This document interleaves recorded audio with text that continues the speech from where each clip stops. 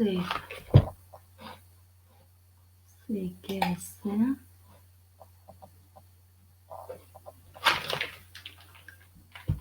Pasižiūrėsim, ar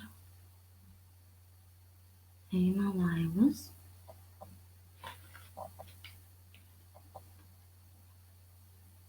Ir ar jungiasi moteris. Taip.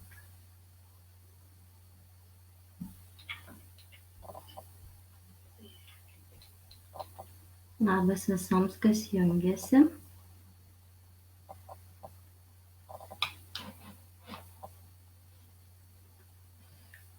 Taip, aš matau, kad laivas eina. Labas visoms. Tai šiandienos mūsų tema yra moters vidinis skausmas, labukas.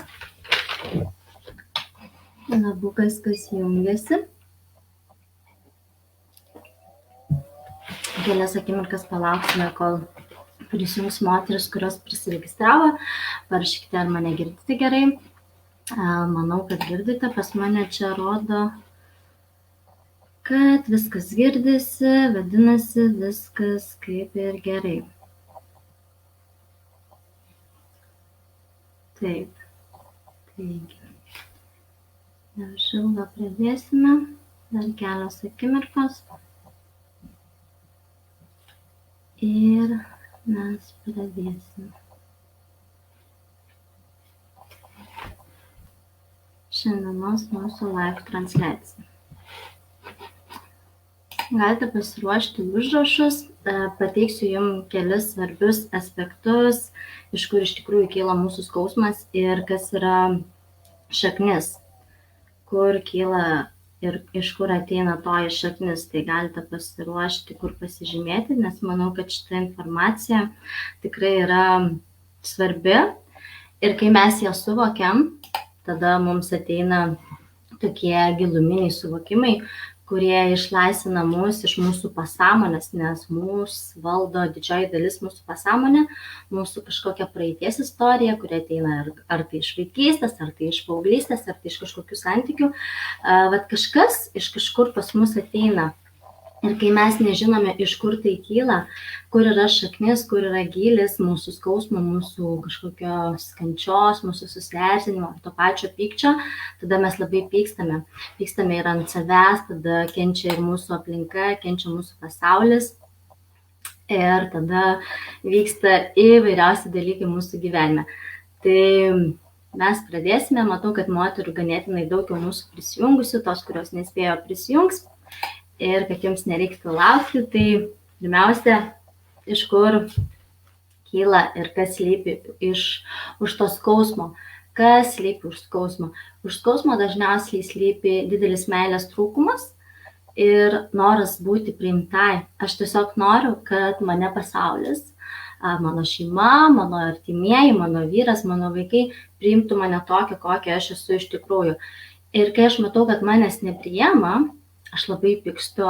Mano viduje formuojasi labai didelė agresija, į kurią aš po to nukreipiu ar tai į partnerį, ar tai į vaikus ir aš tiesiog negaliu kartais suvaldyti tų savo emocijų, nes atrodo, kad manęs neklauso, atrodo, kad manęs negirdi, atrodo, kad manęs nesupranta.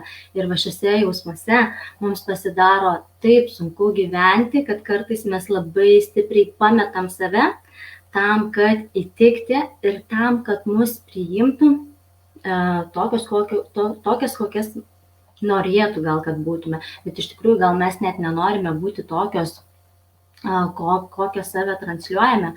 Bet dažnu atveju rodome būtent save tokią, nes tiesiog jaučiuosi prastai, jaučiuosi blogai ir tam, kad įtikti savo artimiesiems, mes save pametame, mes save atiduodame pasauliui daryti mus tokias, kokių jie nori, bet ne tokias, kokias mes norime.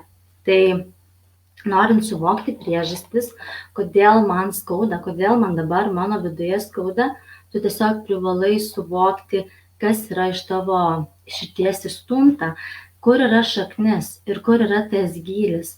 Dažnu atveju mūsų skausmas slypi mūsų vaikystėje. Vaikystėje, kada mums kažko trūko, kažko mes norėjome ir toj vaikystėje susiformavo labai daug giluminių dalykų, su kuriais tu sėdi dabar ir tu ieškai atsakymų, galbūt knygose, galbūt tam tikrose teorijose, bet iš tikrųjų visi atsakymai yra tavo vaikystėje, per tavo prisiminimus ir tavo patirtis. Ir niekas negali tau duoti tavo konkretaus atsakymo, koks yra tavo, nes tavasis atsakymas, jisai yra tavo vaikystėje, tavo patirtyje ir tavo jausmuose, tai, ką tu patyrei ir su kuo tu gyveni iki šios dienos. Yra panašios patirtis, yra panašus variantai kaip tavo, bet visi jausmai yra tavyje. Viską mes galime pamatyti, suprasti, suvokti, tiesiog reikia kartais nueiti į tą gylį, į tą mūsų pasąmonės klodą ir ten rasti visus atsakymus. Tai tavo užduotis yra suvokti savo skausmą, kas yra mano skausmas. Ir dažniausiai mūsų skausmas yra santykėje su tėvais.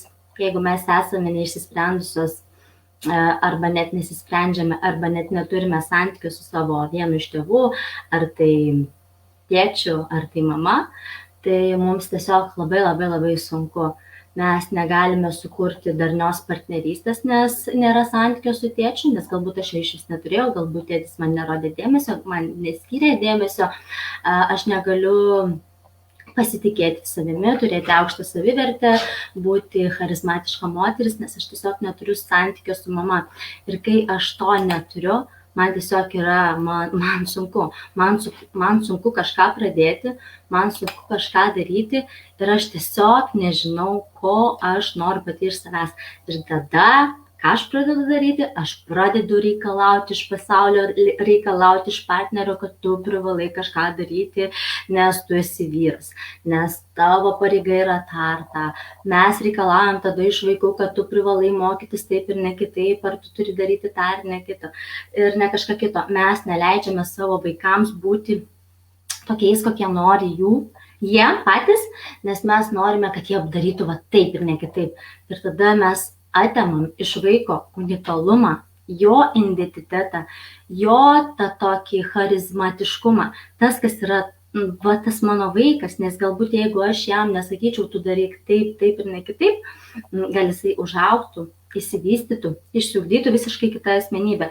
Bet mes tėvai iš to noro kažką išgelbėti, ne kažką, o save išgelbėti, mes save gelbėjame per savo vaikus. Ir tada prasideda labai tokie vidiniai, giluminiai, skausmingi dalykai, nes kiek priešinaisi tu savo tėvams, tiek priešinasi tavo vaikai. Ir tada čia kuriasi kančia ir skausmas. Čia nėra visapusiškos meilės, čia yra pastovus konfliktas, tiek vidinis, tiek išorinis, ir tada mes čia pasimetame.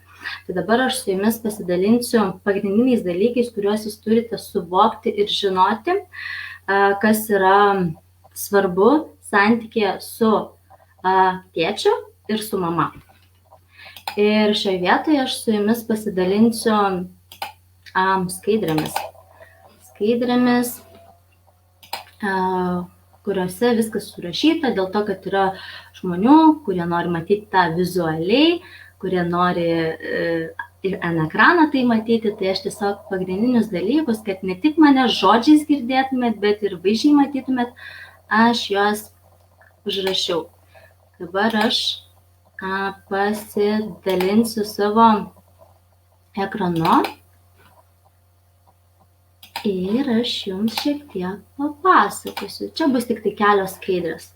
Tai santykis su mama, už ką atsakinga yra mano mama ir mano santykis su mano mama. Tai atsakinga yra už tai, kad kaip aš priimu kitų nuomonę ir kritiką. Jeigu aš negaliu priimti kito nuomonės arba pastoviai reaguoju į kritiką, kodėl jinai mane kritikuoja, kiek jinai man gali čia sakyti tų kažkokių pastebėjimų, pasisakymų, ar tai darbe, ar tai draugės, tai reiškia, kad kažkas yra santykė su mama.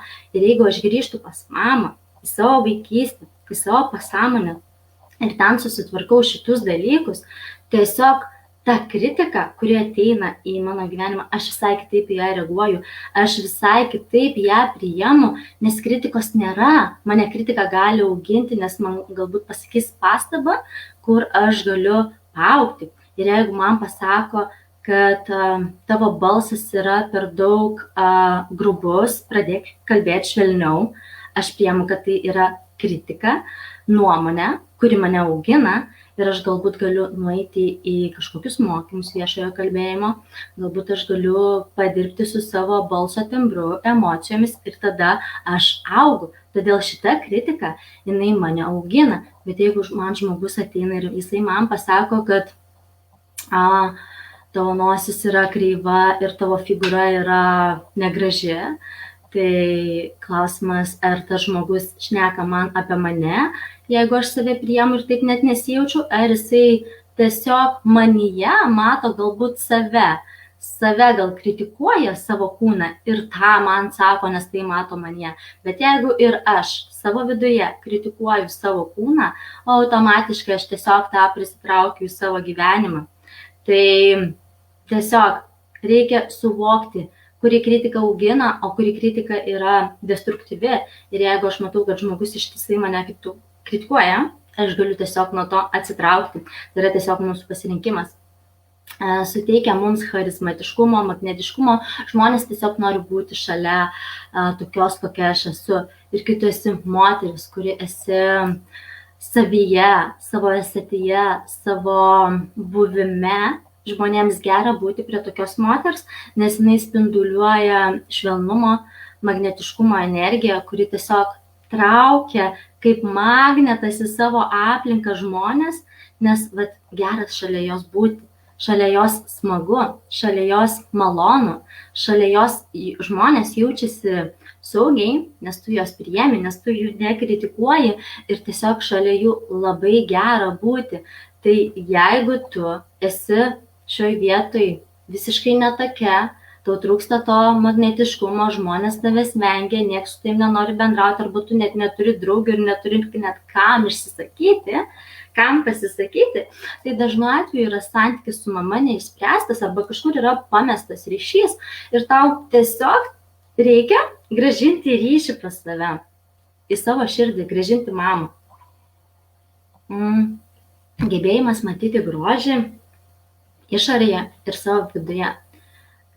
Aplink mus yra, man taip nosį kutena, nežinau ką reiškia, aplink mus yra labai daug gražių dalykų, bet kai mes paskęstame darbuose, galvoje įvairių yra daug minčių, kad tą reikia padaryti, ten nueiti, ten nuvykti, čia sutvarkyti, čia išsiųsti, čia pagaminti, čia tiek daug darbų, tiek daug reikalų, mes tiesiog nebematome grožio išorėje. O apie vidų net nekalbu, nes ką ten veiktam viduje, jeigu galvoje aplinkoje vien chaosas, mes tiesiog pametam tą čia ir dabar akimirką, mes pametam tą ramybę, tą smagų džiaugsmą, smagią būseną, kurioje aš jaučiuosi laiminga, tiesiog būnant, kai tave šviečia saulė, kai tu gali matyti gėles, spalvas, užuosti visą tai, mes tiesiog negebam to matyti. Ir jeigu to nėra mano gyvenime, arba to yra labai labai mažai, arba aš turiu vos ne per prievartą tai stengtis matyti, kad išvelgti, kad šitą džiaugsmą atrasti, irgi yra ženklas tau, kad yra santykis su mama pamestas. Visos ligos atsako už santykį su mama. Ligos ateina dėl to, kad mūsų pasąmoniniam lygmenį yra užprogramuotas nenoras gyventi tam, kad mama mane pamatytų ir duotų man meilės, nes man jos trūksta. Dėl to moteris suserga autoimuniniam ligom, tokiais kaip vėžiai, visokiais kitokiais susirgimais, kurie iš tikrųjų labai pablogina gyvenimą, pasunkina gyvenimą. Ir tai yra konkrečiai ženklas tau, kad tavo negalavimai yra susiję su santykiu su mama. Ypač moteriškos ligos, visokios cistos, visokie augliukai. Tai yra tai, kad yra prarastas ryšys su mama, su savo moteriškumu, su savo unikalumu. Ir kol tu negrįši į savo vidų į savo vaikystę, į savo prisiminimus, kurie galbūt yra tikrai labai skausmingi, tol tau tikrai nepasiseks išgydyti savęs savo pastangomis. Tada tikrai reikės prisikišti chemijai, daktarams ar kažkam, kad tave išgydyti. Bet jeigu mes pradėsime save gydyti savo mintimis, savo pasąmonę, savo suvokimais, mes tikrai išgysime, nes aš ne vieną atvejį žinau, kai moteris įsigydė ir vėžį, ir skydliaukę, ir žvynelinės, ir diabetus, ir cukraligės, vien dėl to, nes jis įsprendė santykį su mama. Ir tai tikrai yra įmanoma, tai tikrai yra labai unikalu, bet tai tikrai reikalauja labai daug darbo ir labai daug pastangų. Tai neužtenka dienos, savaitės, mėnesio, tai gali trukti metai. Bet jeigu aš užtruksiu metus, 2-3 metus ir įsigydysiu ligą, kuri pagal statistiką, pagal medikus yra neišgydoma, tai kodėlgi verta nepabandyti, ne? Prarastas santykis su mama taipogi atsako į tai, kad aš į savo gyvenimą neprisileidžiu vyrų arba pritraukiu tokius vyrus, kurie, tiesiog negerbia manęs. Tai jeigu aš negaliu susirasti partnerio, negaliu įsileisti jo į savo širdį, reiškia, kad jam ten nėra vietos, nes aš neturiu vietos savyje su savo moteriškumu, su savo mama, su savo santykiu su mama. Ir kaip ten gali ateiti vieta kažkokiam vyrui, jeigu manyje nėra tos vietos. Taip nevyksta, tiesiog nevyksta. Savo jausmų užspaudimas ir emocijų neigimas. Aš tai, ką jaučiu, bet tai neišsakau, aš vengiu kažkokių parodyti savo pyktį. Parodyti savo pyktį aš vengiu, nes visuomenė yra nepriimta, nes tai yra galbūt negražu, nes tai yra galbūt netolerantiška ir visą kitą. Ir tokiom taisyklėm aš gyvenu ir aš tada užspaudžiu savyje visą tai ir tada kaupiu, tada pučiuosi, man auga svoris, nes emociškai aš esu paskendusi, liūdesys, skausme, kančioje. Ir tai yra susiję netgi su mūsų svoriu. Kai mes pradedam dirbti su savo emocijom, kai mes išleidžiame visas sankaupas, kurios yra susikaupusios mūsų kūne, mūsų pilvo kojų ertmėje, ten tiesiog pradeda tirpti svoris, nes ten nebėra tų emocijų, kurios yra užkimštos. Pro ten pradeda tekėti energija, meilės energija, harmonijos energija, džiaugsmo energija. Ir ten nebėra pykčio, ten nebėra skausmo kančios. O jei ir yra, tai meilė, dėkingumas ir šiluma, kuri teka per mano kūną, tai tiesiog pradeda tirpdyti.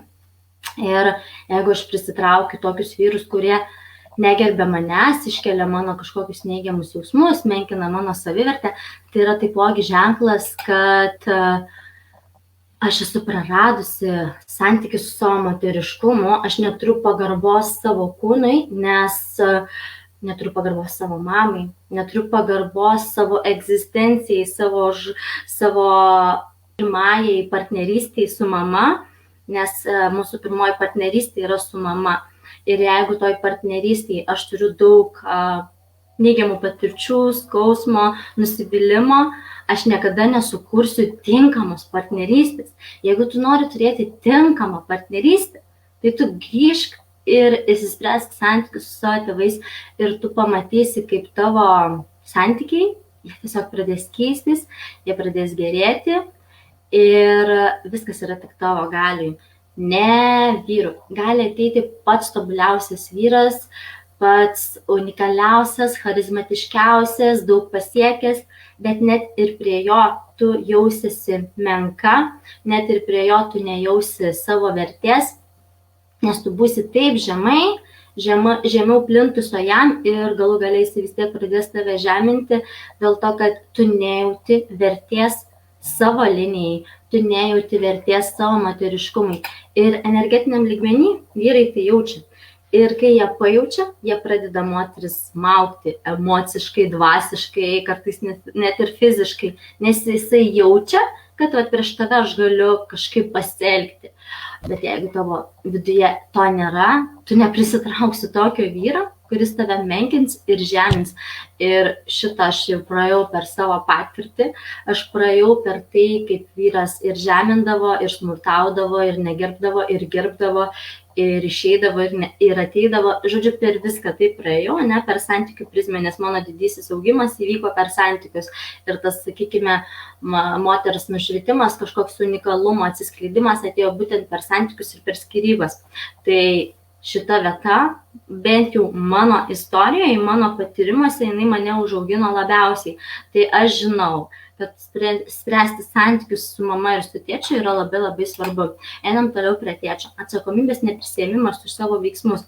Mes labai dažnai nusimetam atsakomybę tam, kad, kad kalta likčiau ne aš. Jeigu kaltas lieka vyras, jeigu buityje kažkas įvyko ne taip, aš geriau jį užsipulsiu ir pasakysiu, o tai ar aš nesakiau, o tai kodėl tu negalėjai padaryti taip, taigi jau ką aš tau sakiau, taigi kaip tu nesupranti, taigi turėjo būti taip ir ne kitaip.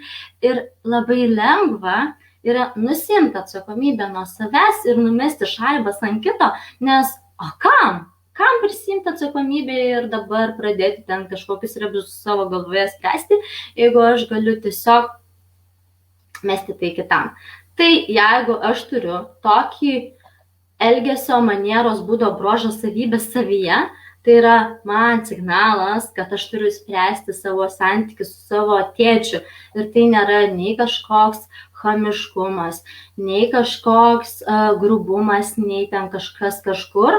Tai yra tiesiog santykis su tėčiu. Jeigu aš negebu prisimti atsakomybės, nesvarbu kokioj veikloj, už darbus darbe, santykiuose su vyru, su vaikais, su tėvais, bet kur, bet kokioje gyvenimo situacijoje, jeigu aš neprisiemu atsakomybės, aš tiesiog neturiu santykių su savo tėčiu ir turiu eiti ten jį ir keisti. Atlikti darbus nuo pradžios iki galo. Jeigu aš pastoviai gyvenu kažkokiam chaose, čia biškai padarau, čia nueinu, tai aš tiesiog neturiu savo santykių su tėčiu. Vat mažas vaikas, jisai turi labai unikalią savybę daryti tą patį veiksmą, kol jam pavyks. Šaukštą dėtis į burną 100 kartų, lipdyti, ten kažką dėlioti, va tol, kol jam pavyks, jisai galbūt susinervins, jisai pradės verkti, jisai pradės mėtyti, jisai pradės zysti, bet va jisai vis tiek pasieks to savo tikslo. Jeigu ne pats, tai bent jau iš tėvų tikrai išsireikalaus tam, kad savo norą, tikslą, svajonę, ar ką jisai tam benorėtų, padarytų nuo pradžios iki galo. Ir jeigu pas mus vaikystėje to nebūdavo, tai tas po truputį mažėjo ir mes tiesiog nustojame daryti darbus nuo pradžios iki galo, mes pradėjome atidėlioti. Ir jeigu mano gyvenime yra labai didelis atidėliojimas darbų, tai yra santykis su tėčiu. Drąsiai reikšti save, nebijoti statyti savo nuomonės. Kol aš nebuvau įsisprendusi savo santykių su tėčiu, aš tikrai negalėjau drąsiai reikšti savo nuomonės, aš buvau tokia užguita, tokia bijanti galbūt pasakyti savo nuomonę dėl to, kad nusišnekėsiu, nes buvo tiesiog emocinis blokas, o tai tą, kai pradeda šnekėti, tai jau nusišneka, tai Solvė nepradėk šnekėti, vat man taip sakydavo, nes vėl nusišnekėsi. Ir vat ateina vaikystėj toks momentas, paauglystėj, kai tu nusprendi, kad viskas, dedu bloką, nebešneku ir nebeišsakau savo nuomonės.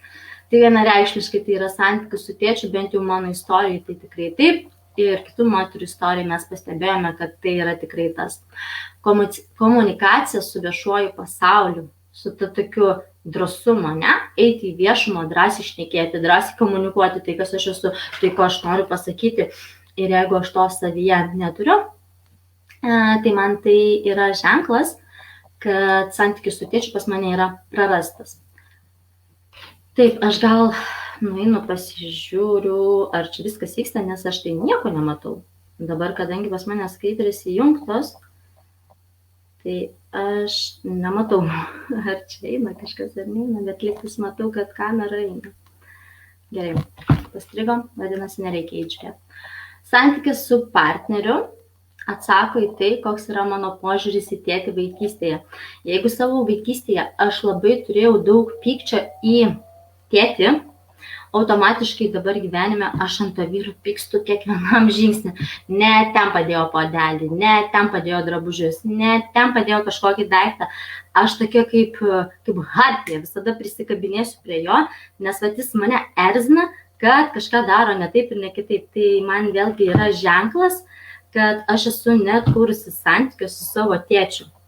Aha, matau, kad viskas eina.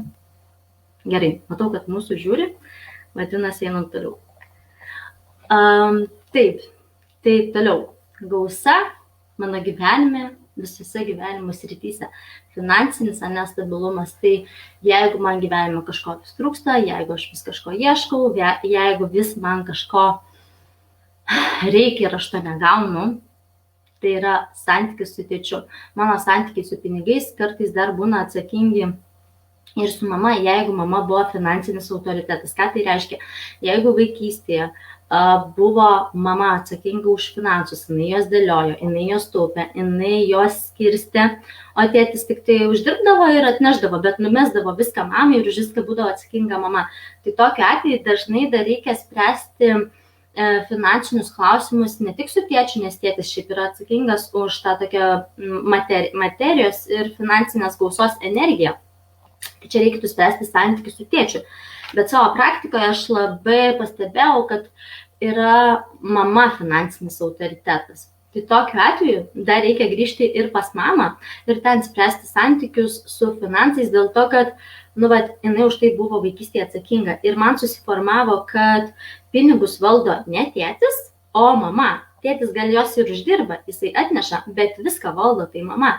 Tai jeigu tavo istorijoje tai buvo, nes mano istorijai tai taip, mano istorijai tai buvo. Tai tiesiog reikia eiti ir nuiminėti tą autoritetą. Autoritetus nuiminėti yra labai lengva. Ateikite pas mane ir pamatysite, kad tai galite padaryti net pačios su savimi. Savo unikalumo pajautimas ir autentiškumo suvokimas.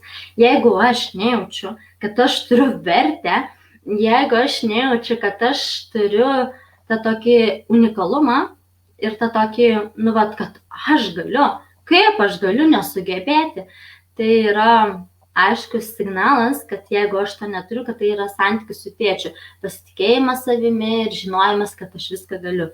Atrodo kaip ir gal ir neįmanoma, bet jeigu aš turiu santykį atkūrusi su tėčiu, nėra nieko neįmanoma. Aš susirasiu žmonių, aš susirasiu įrankių, aš pabaigsiu mokslus, aš išmoksiu, aš eisiu, darysiu, bet man tikrai tai bus įmanoma, nes aš viską galiu. Aš pastatysiu tai, ką aš sukūriau savo vizijoj, nes aš žinau, kad aš galiu. Ir kai tu gali, tai tėtis tau duoda šios energijos galėti daugiau. Tėčio energija, jinai tau atneša tos tokios vyriškos energijos, to tokio ryžto, tos tokios drąsos įveikti iššūkiai. Tie tokie, tokie vyriški dalykai. Niekas nesako, kad tu visada tokia turi būti, bet kartais gyvenimo situacijose tikrai to prireikia.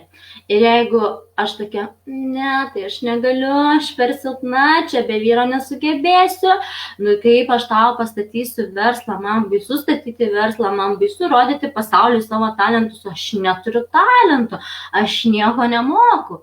Tai tokie mūsų pasisakymai, nes tai yra įsitikinimai, bet jeigu jau tokie įsitikinimai pas mus yra įgyti ir labai giliai pasąmonėj glūdi, tai yra ženklas, signalas tau, kad tu esi praradusi ryšį su savo santykiu, su savo tėčiu. Aš puikiai susitvarkau su savo baimėmis ir suprantu, iš kur jos kyla. Tai vėlgi apie tas baimės, apie tas tokias gėdas, už tai kalba mūsų tėtis. Ir jeigu aš esu praradusi, tai man tada labai gyvenime būna sunku, nes atrodo, kur beičiau, vis kažkas nutiks. Bet jeigu aš ten eisiu, tai tikrai patirsiu gėdą, tai tikrai bijosiu, ar kažkas įvyks tai, kad aš susimausiu. Tai tokie visokie giluminiai dalykai, jie ateina iš mūsų pasąmonės, jie ateina iš mūsų vaikystės ir ten slypi labai daug atsakymų. Tai tu jos gali pakeisti ir jos transformuoti. Taip, tai dabar aš išjungiu. Ir grįžtu pas jūs. Jau grįžau. Tai parašykite, ar buvo naudinga. Parašykite, ką dabar suvokėte apie save. Bet parašykite. Žinot, kodėl? Jeigu jūs parašysite, šitas suvokimas, kurį dabar gavote, įeis į jūsų pasąmonę ir gausite kažkokį stiprų atsakymą. Jau dabar ateina suvokimas, jau dabar ateina, tai gal tai apie mane, man tinka, tikrai apie mane. Ateis žmogus, ateis situacija, ateis aplinkybė, kuri tai išspręs, kuri tai sutvirtins. Ateis galbūt vyras, kuris pagaliau pradės jūs gerbti, mylėti. Ateis galbūt pasiūlymas darbo, kuris jums nušvies kelią ir pakeis gyvenimo galimybės. Vat kažkas tikrai ateis. Tai dabar tiesiog, ko aš jūsų paprašysiu, tai parašykite iš santykio su mama ir tėčiu, kokį suvokimą šiandien gavote. Tiesiog parašykite keliais žodžiais, keliais sakiniais. Tai yra tik tai dėl jūsų, dėl savęs mylimos ir einame tada toliau. Ar įrašas liks, matau komentarą, įrašas liks. Tai einame toliau. Tai kai moteris sako, kad mama manęs nemylėjo ir arba net ir iki dabar nemyli, nes labai dažnai susitinku su moterimis, kurios sako, va tiesiog, mama manęs nemyli. Tai tokia moteris, jinai tiesiog nemato tikrosios tiesos. Jinai nemato, kas vyksta, kas vyko ir jinai tiesiog nesuvokė. Jei vaikystėje nieks nepaaiškino, kad galbūt mamos grubesnis žodis, mamos neigiamos emocijos, kažkoks pyktis, iš tikrųjų tai tau padės užaugus, tai tau tavyje išugdys kažkokią stiprybę, drąsą, vat tiesiog tavyje kažką išugdo. Ir kai mažam vaikui, mažai mergaitai tai yra nepaaiškinama, jinai tiesiog to nesupranta ir jinai praranda tą ryšį, jinai praranda tą tokį savo unikalumą. Ir jinai tada sako, kad aš nesu kažko verta. Tai supraskite, kad nėra mamos, kuri nemyli savo vaiko. Kiek mama be mušė, kiek mama be smurtavo, kažkaip negražiai elgėsi, žemino, tai buvo pati didžiausia meilės išraiška. Ir aš žinau, kad protu yra tai sunku suvokti. Dėl to yra giluminis ir stiprus darbas su pasąmonė, nes suvokti, kad mama mane mušė ir tai buvo jos didžiausia meilės išraiška, tu ką išpratėjai, ką tu čia šneki, bet kai mes pradedam tose dalykuose, tame smurte, tame skausme, toje kančioje, ieškoti teigiamų dalykų, galbūt tai užtrunka valandą, 2 valandas, bet tie dalykai ateina. Jie ateina ir tu supranti, kad taip, aš visą gyvenimą saugau save nuo vyrų, ne? Aš visą gyvenimą nubrėžiu savo kažkokias ribas, kad va tik tiek galiu, nes jeigu nueisiu daugiau, tai galbūt po to pyksiu ant savęs, galbūt tada patirsiu kažkokią gėdą, kažkokią kaltę, kančią ir tada tu supranti, kad vat mamos smurtas, mamos kažkoks atstumimas, jisai manyje nesąmoningai užaugino tą tokį, kad aš nebūsiu taip ir nedarysiu taip, o darysiu ir elgsiuosi visai kitaip. Tai, nėra mamų, kurios nemyli savo dukrų. Nėra mamų, kurios nenorėjo mums pačio geriausio. Tiesiog tai nėra. Mums tėvai augina arba sąmoningai, arba nesąmoningai. Dažnu atveju pasitaiko, kad tai yra nesąmoningas auginimas. Ir kai tai įvyksta nesąmoningai, tada mes sąmoningai turime tai suvokti. Ir labiausiai mes augame ir auginame savo asmenybę per santykius. Kas labiausiai mus skaudina santykiuose? Tai pasižiūrė. Gerai. Okei, toliau. Tai kas labiausiai mus augina santykiuose? Tai neaugina, o skaudina. Tai kai mes turime skirtingas vertybės su partneriu. Ir jeigu mano partnerio vertybės yra vienos, o mano yra kitos, jeigu mano įsitikinimai yra vienokie, o vyro kitokie, jeigu mano patirtis yra vienokia, o vyro kitokia, tai ir gyvenimo požiūris yra skirtingas. Tai faktas, kad vyks kažkokie ginčiai, konfliktai ir aš tada galvosiu, kad vat manęs nemyli, manęs negirdi, manęs nesupranta ir vat Visada kažkas yra negerai, kaip jisai manęs nesupranta. Tai suvokite, kad tavo vyro vertybės, įsitikinimai, požiūris į gyvenimo patirtis buvo skirtingos negu yra tavo. Bet tam, kad jūs susitikote, neįvyko tai šiaip savo. Jūs atėjote išmokti galbūt kažkokios pamokos, užauginti galbūt nuostabius vaikus, patirti nuostabias patirtis, ar suvokti save, ar atrasti save. Per santykius mes labai dažnai daug save auginame, nes santykiai tai jie yra tokie didžiausia, kaip sakykime, plotmė augti man kaip asmenybei, nes aš viena taip neaugsiu. Vat kai aš nebuvau santykiuose, tai man atrodo, kiek aš daug viską įsisprendžiau, jau tikrai įsisprendžiau santykius su tėčiu, jau tikrai nebeturiu ką veikti. Atėjo partnerystė ir tada aš supratau, rimtai taip gali būti, negi rimtai pabaigos nebus. Tai supraskite, jeigu man yra ten 30 metų, 50 ir aš čia 2-3 metus pabuvau saviugdoje ar ten 5 metus ir galvoju, kad jau viską įsisprendžiau, tai taip nebūna. Sprendėsi metus, kol kažkada įsisprendė. Kai kas ir nebeįsisprendžia. O kas dėl vertybių, tai aš kažkada vedžiau vertybių sesiją moteriams ir ta sesija yra patalpinta YouTube platformoje.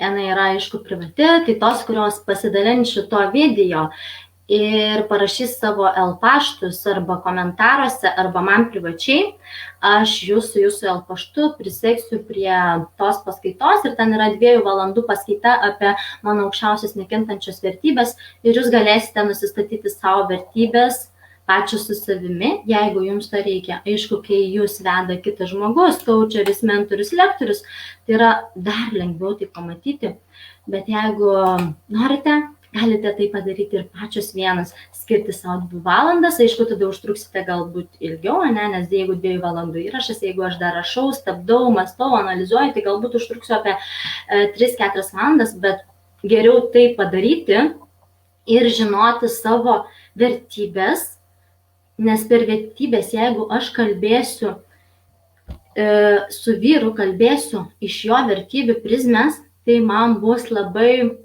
lengva. Įsivaizduokit, jeigu jūsų vyrui patinka bendrauti arba kurti kažkokį verslą.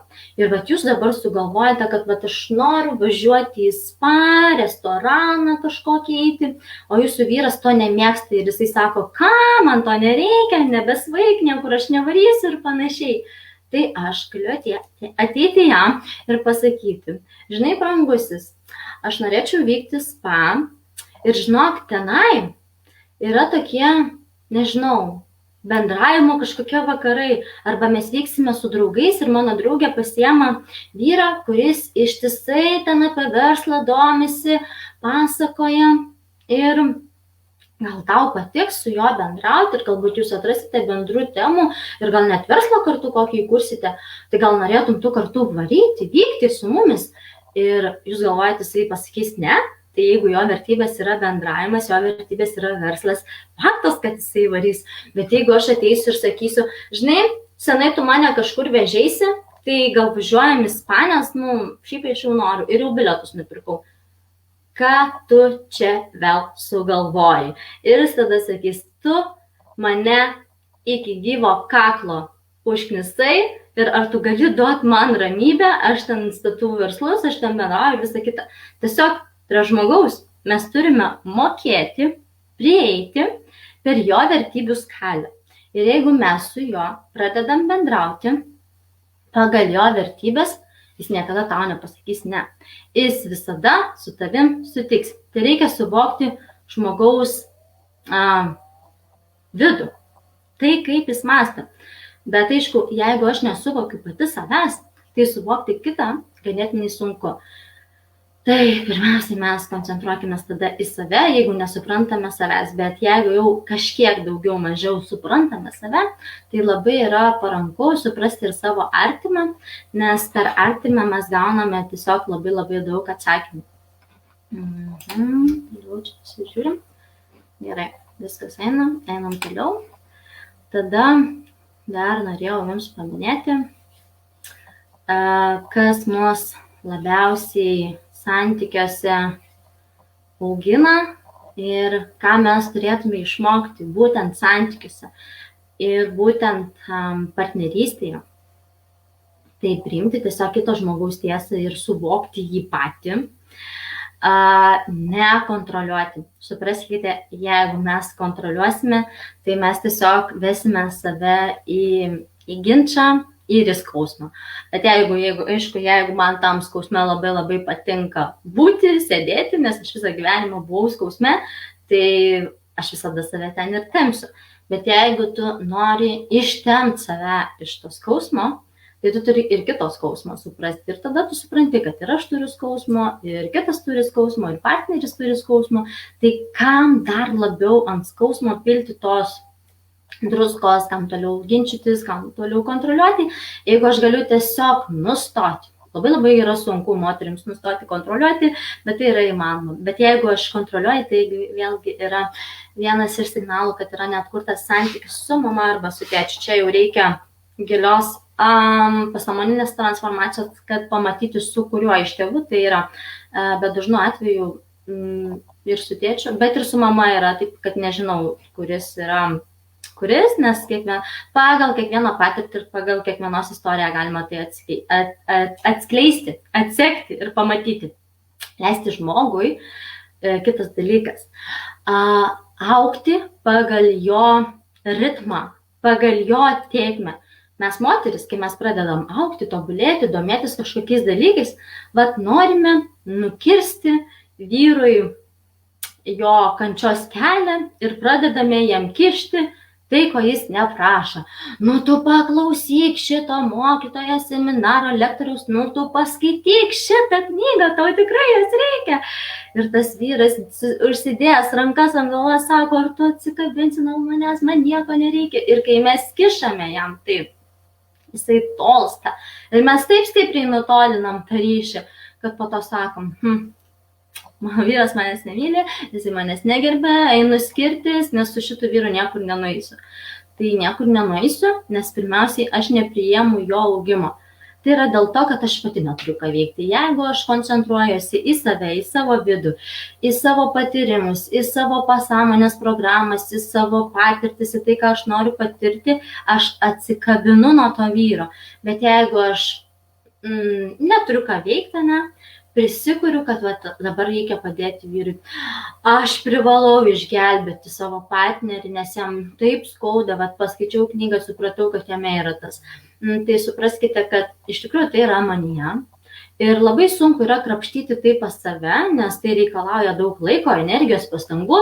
Ir kaip lengva yra padėti kitam, kaip lengva yra jam pasakyti, jam papasakoti ir jį nukreipti.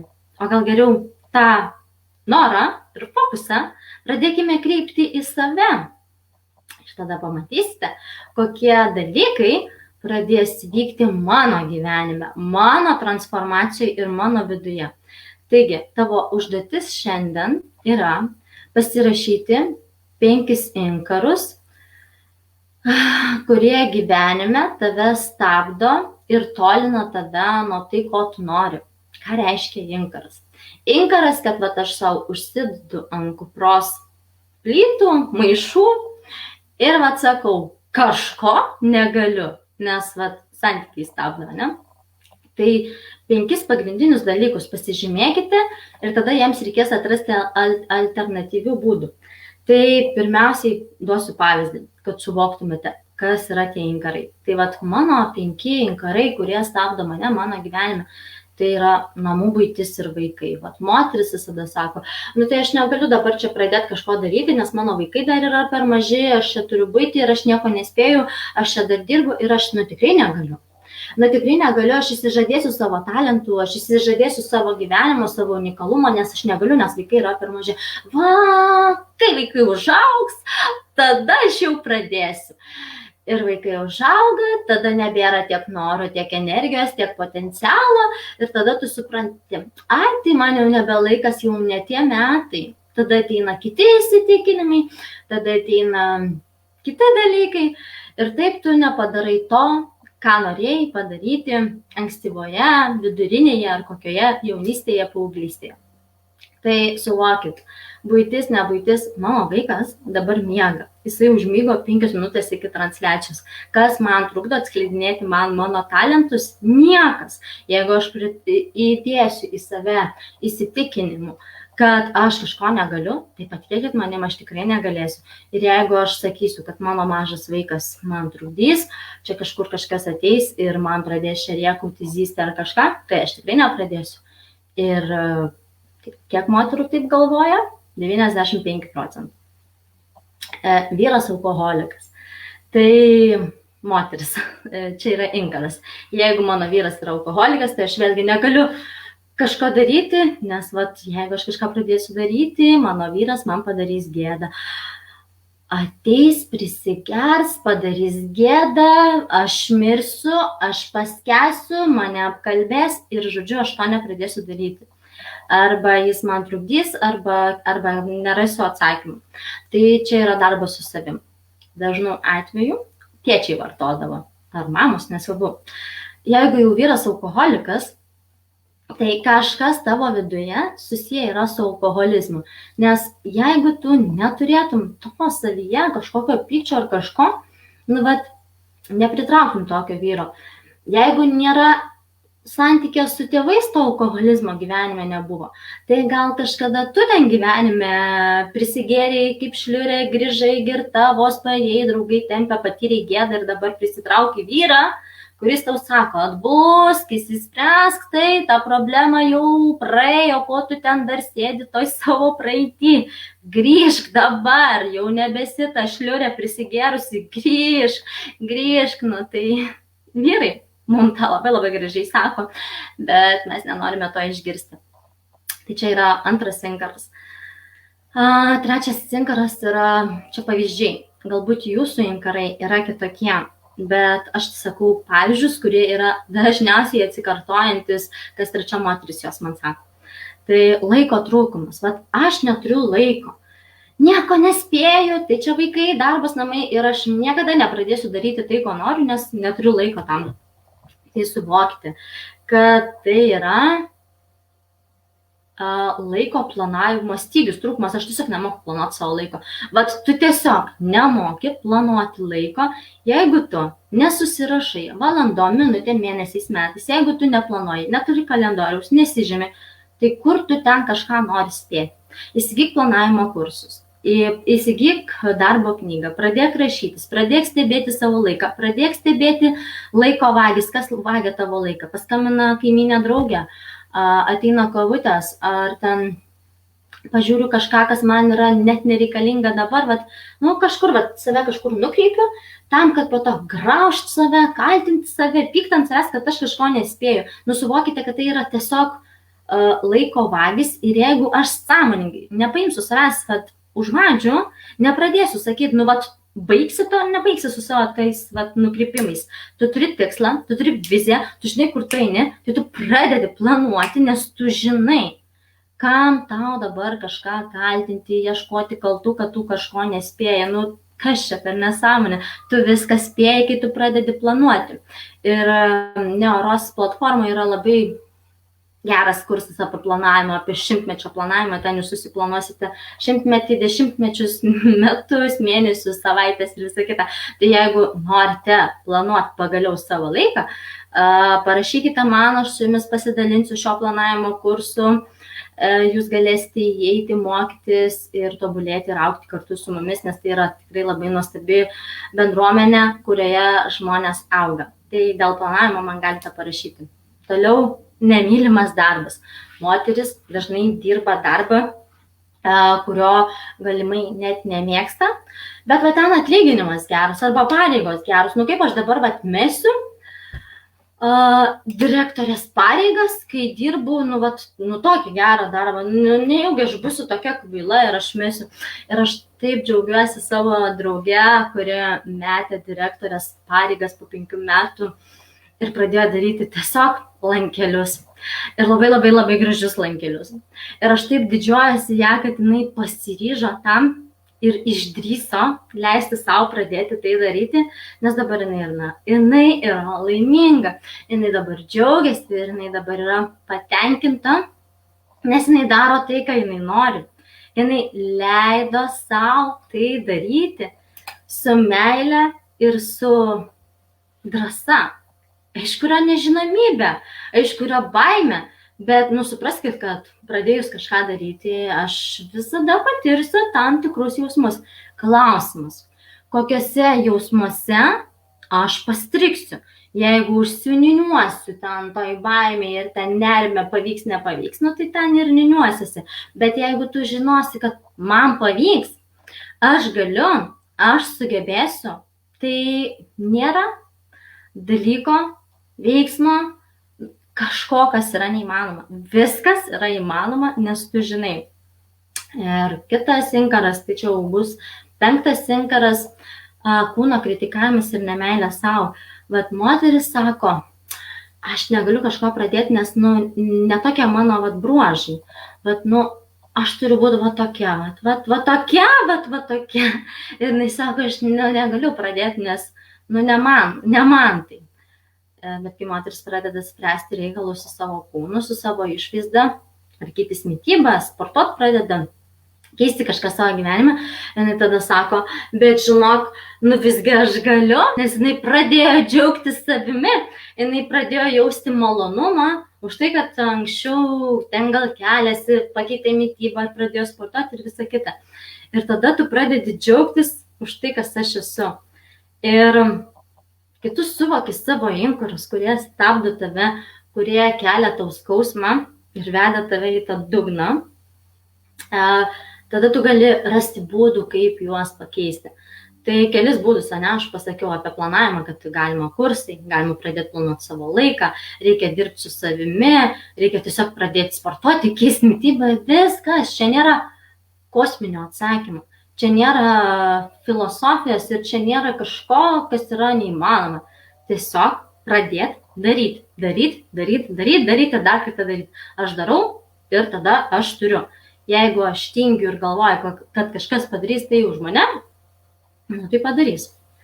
Ir savokite, kad meilė, jinai yra neįkainojama, neribota ir jinai tiesiog yra amžina. Duokite erdvės meiliai, duokite erdvės savo vyrui ir tada sulauksite meilės. Duokite meilės vyrui ir tada sulauksite erdvės. Kai jūs atsikabinsite nuo vyro, koks jisai bebūtų, jisai pastebės jūs. Ir kai tu nustosi prie jo kabinėtis, kad jis kažkoks netoks, koks turi būti, jisai tada suvoks, kad tu jį myli. Ir tada tave pradės mylėti. Tada jisai pradės tau nešti dovanas ir sakyti, kad tu esi jo mylimiausia moteris. Bet jeigu mes pastoviai to reikalausime ir galvosime, kad kažkas yra ne taip, tai mes tada pražūsime. Tai dabar šiek tiek apie tą meilę, kuri ateina iš to skausmo. Tai tiesiog dabar noriu jums užduoti klausimą. Galite atsakyti savo pačios, galite savo atsakyti čia komentaruose. Tai ar žinojote, kad tuos, kuriuos mes mylime, skaudinam labiausiai? Būtent tuos, kuriuos mylime, mes ant jų išpilame visas savo neigiamas emocijas, negatyves emocijas. Kodėl taip yra? Todėl, kad tai yra meilės forma, meilės išraiška. Jeigu aš nesuvoksiu dualumo dėsnio, dualumas, kas tai yra, kad tai yra ir meilė, ir nepykanta, ir piktis, ir baimė, ir meilė, tol aš nesuvoksiu, kad tai yra meilė. Ir jeigu vieną dieną aš savo vyrą teisiu ir kritikuoju, o kitą dieną myliu ir pagiriu, tai yra meilė. Ir jeigu aš galiu elgtis maloniai, bet galiu jį ir smerkti, tai yra meilė. Jeigu aš galiu jį pakelti ir palaikyti, bet tuo pačiu galiu ir pažeminti, tai yra meilė. Tai yra tiesiog meilės dualumas. Pasidomėkite apie dualumo dėsnį, dualumo principą ir jūs suvoksite, kad tai yra meilė. Nes jinai tiesiog tokia yra. Pastebėkite save, kad ant nepažįstamų žmonių, ar jūs ten mylėsite, ar jūs būsite pikta, ar laiminga, ar patenkinta, visiškai nesvarbu. Ant artimųjų, akimirką myliu, akimirką kritikuoju, akimirką teisiu. Ir tai yra meilė. Ir kai tu supranti, tu tiesiog nustoji ant savęs pykti, kodėl aš taip darau. Ir toliau, savo šitoj live transliacijos prieraše aš buvau pateikusi tos kelis klausimus. Aš tikrai jau juos atsakiau, bet apibendrinant, nes mes jau einame į pabaigą, ačiū Jums visoms, kurios išbuvote iki galo, aš labai vertinu Jūsų laiką ir Jūsų energiją. Labai džiaugiuosi, kad Jūs augate kartu su manimi, nes jeigu ne Jūs, aš neaugčiau, nes neturėčiau kam kalbėti. Tai aš esu labai dėkinga ir aš esu toj meilės būsenoj, kurią galiu dalintis.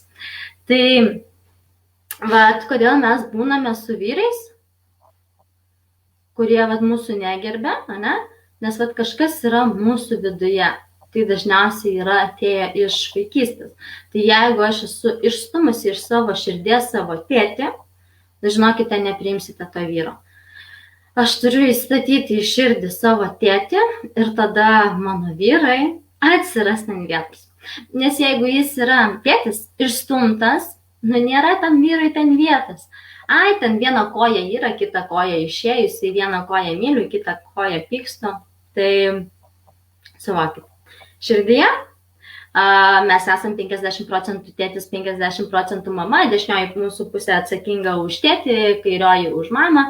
Ir čia mumise vyksta įvairūs procesai, įvairios energijos teka ir visa kita. Jeigu aš nepriemu vienos savo pusės, kitos savo pusės, tai iš karto jau yra atsakymai, kur, su kuo reikia dirbti. Ir kai mes būnam su savo vyru, kurie mūsų negerbia, mūsų smerkia, tai tu pati savęs negerbi ir pati kažkur savęs smerki. Jeigu tu pradėsi ieškoti, kur savęs smerki ar kritikuoji, ar kokiose situacijose aš savęs negerbiau, tu tikrai tai atrasi ir tu tikrai tą pamatysi ir tu tikrai tą pastebėsi. Ir tada ateis tam vyrui, kuris tavęs negerbia, dėkingumas. Kai ateis dėkingumas, ateis besąlygiška meilė. Meilė, sąlygiška, nesąlygiška, nesvarbu, bet ateis meilė su dėkingumu, nes tu suvoki, kad tu mane menkinai, bet tu manyje pažadinai tą moterį, kuri dabar švyti pasauliui, nes jinai suprato, kad tas menkumo jausmas, pagarbos trūkumas buvo man apie mane. Aš tiek daug metų save teisiu ir kritikuoju, o tu sugebi man tai iškelti. Nueikite, apkabinkite tą vyrą ir pasakykite jam dėkoju, kad tu taip su manimi elgeisi. Pamatysite, kaip viduje viskas atsilaisvina, kaip viduje viskas atsipalaiduoja ir pradeda tekėti meilės energija. Meilės energija, jinai gydo. Meilės energija, jinai išlaisvina. Ir jinai atveria naujas galimybės, nes tu esi verta visko, visko, visko. Ir jeigu mūsų vyrai kritikuoja mūsų kūną arba mūsų išvaizdą, mūsų gyvenimą, taigi vėl sako apie tai, kad tai yra apie mane. Bet savo gyvenimą aš turėjau patirtį, kai tiesiog sužinojau, kai vyras su kitais aplinkiniais kritikavo mano išvaizdą, mano kūną ir visą kitą. Ir man iš pradžių atrodė, kodėl tu tai darai. Bet po to aš grįžau į save, aš pamačiau, kad aš pati taip elgiuosi su savimi. Ir man tiesiog atėjo tam vyrui ne tai, kad pyktis, bet tiesiog aš jam buvau dėkinga, kad jisai išoriai tą parodė ir man numetė signalą, kad nustok taip elgtis, meluoji su savim, nustok. Nes jeigu tu taip elgiesi su savim, tai ir pasaulis taip elgsis, nes tu duodi jiems galimybę taip elgtis.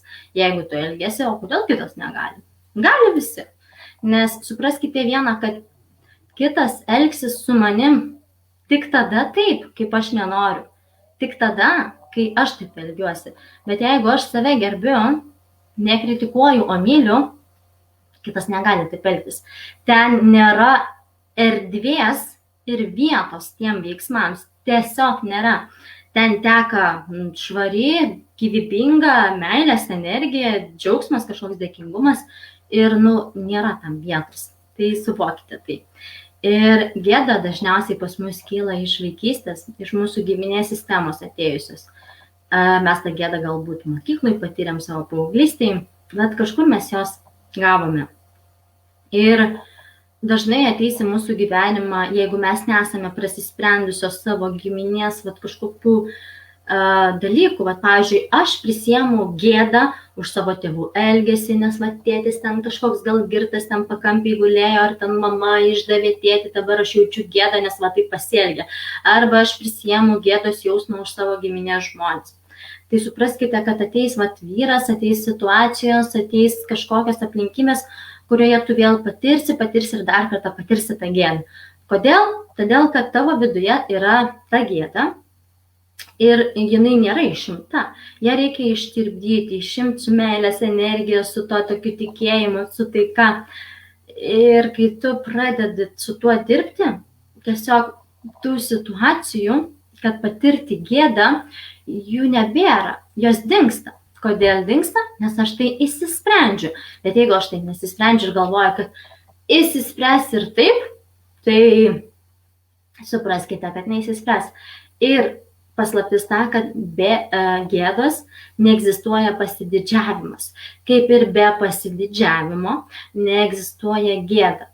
Jeigu aš jaučiu dažnai gėdą, labai dažnai, kur gyvenime turiu pasididžiavimą, didžiuojuosi, kiek pasiekiau, ką turiu, kur gyvenu, visą kitą. Arba jeigu aš turiu pasididžiavimą per didelį, tai egzistuoja tas dalykas, kad viduje jaučiu gėdą, kad kažkas mane demaskuos. Ir žmonės, kurie sėdi patenkinti, pasididžiavę ir visą kitą, jie iš viduje turi daug gėdos. Ir kai man tai pasakė mano mentorius, aš tokia, kaip tai sakau, aš turiu gėdas, aš neturiu jau kiek dirbau, kiek galima. Ir tada aš supratau, kad kai kuriuose situacijose aš nesu pradirbusi, tada aš jas pradirbau ir man tas pasididžiavimas jis tiesiog susibalansavo ir jis tada toksai buvo ten, kuriam reikia būti, jis nebuvo aukščiau balansų, jis buvo čia, kur ir turi būti, jis negali būti žemiau, jis negali būti aukščiau, jis turi būti balansė ir kai aš esu balansė, aš balansė augu. Tai suvokite, kad gėda, visos baimės, visi pykčiai, tie neigiami visi jausmai, jie dingsta, kai aš ateinu į taiką su savim, su savo jausmais ir ta taika ateina vienatvėje būnant su savimi. Tos taikos neatneš jokia materija, jokia gausa ir jokie vyrai, nieks neatneš tau taikos. Tai, kad tu turi atnešti savo vienatvėje. Gali ateiti žmonės, kurie tau atneš įrankius, atneš galimybės, atneš tai, ko tau trūksta ir tai, ko tau reikia, bet tai turėsi tu patirti per save ir per savo patirtis. Dažnu atveju reikia galbūt vedlio. Tai tikrai galite susirasti žmonių, kurie jūs nuves ten. Bet aš atradusi tai, kas su savimi, aš pradedu žydėti ir dingsta gėda, dingsta tas jausmas. Tai šiandienos mano apie pačią temą baigtas pasisakymas. Labai ačiū, kad skirite savo laiką. Jeigu yra noras, galite man komentaruose parašyti 3-4 minutės, aš greitai jums papasakosiu apie tai, kaip galim augti kiekviena abi. Visos ir panašiai. Tai yra moterų mastermindas. Jeigu norite apie jį išgirsti čia ir dabar viešai, šioje erdvėje parašykite noriu, domina, įdomu ir aš greitai per 5 minutės jums apie tai papasakosiu. Apie tai jau esu minėjusi viename iš savo laivų, tai tikrai ten yra informacija, bet jeigu yra noras, galiu dar kartą papasakoti. Tai parašykite noriu, reikia. Jeigu parašote, aš matau, kad parašėte, tai ačiū. Gerai, tai tada aš labai greitai pasidalinu dar apie moterų mastermindą, į kurį jūs galite prisijungti ir ten augame. Visas temas, kurias aš šneku savo laivuose, tai tik yra procentas dalelė iš to, ką mes ten turime, ką mes ten gauname. Tai dabar aš trumpai papasakosiu, kas yra tas pats mastermindas, moterų erdvė, kurioje mes augame ir kurioje mes tobulėjame visus kartu.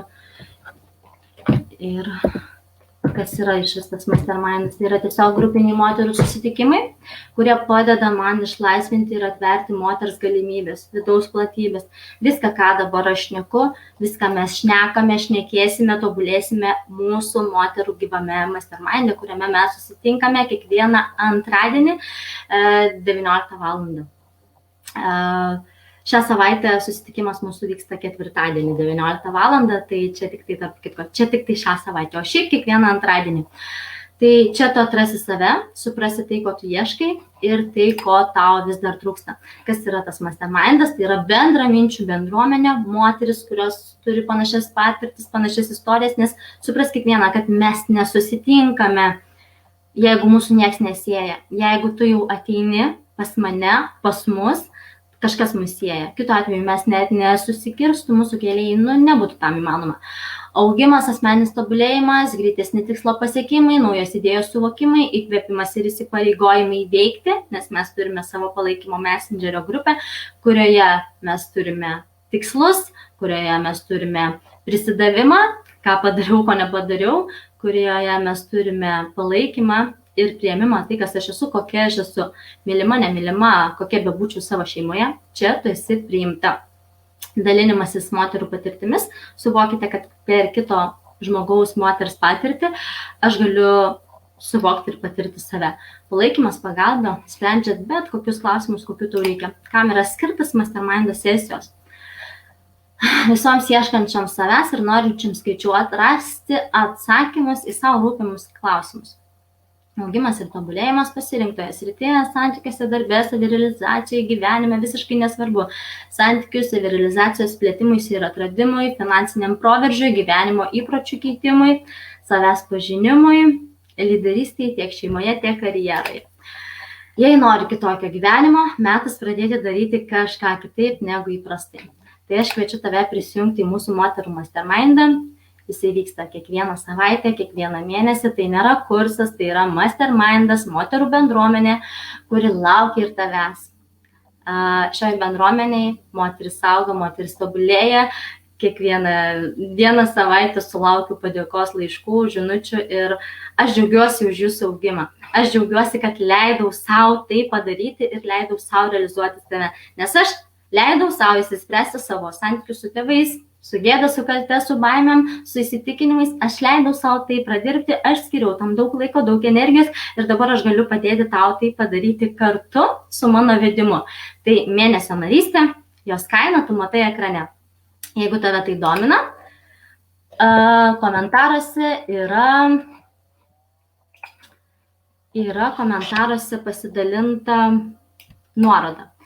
Ir ta nuoroda, toje nuorodoje tu rasi daugiau informacijos, gali įsigyti ir mes susitiksime. Prie viso to pasiūlymo dar įeina viena asmeninė sesija su manimi. Toj sesijoje mes pradirbsime tavo istoriją, tavo klausimą, surasime tavo atsakymus. Ir kitas mūsų susitikimas vyks jau patį nuostabiausią laiką, tai vasarą. Kita live transliacija vyks birželio 7 dieną, 18 val. Tema bus apie partnerystę. Santykius su vyrais. Tikrai daug ką paminėjau ir šiandien, bet šita tema yra neišsemiama. Joje yra be galo daug atsakymų, be galo galima daug narplioti visko. Tai birželio 7 dieną, 18 val. Susitinkame vėl čia ir kalbame apie santykius, partnerystę. Tai ačiū Jums už Jūsų laiką ir toms, kuriams nori, toms, kuriams reikia. Rašykite, kreipkitės ir iki pasimatymų.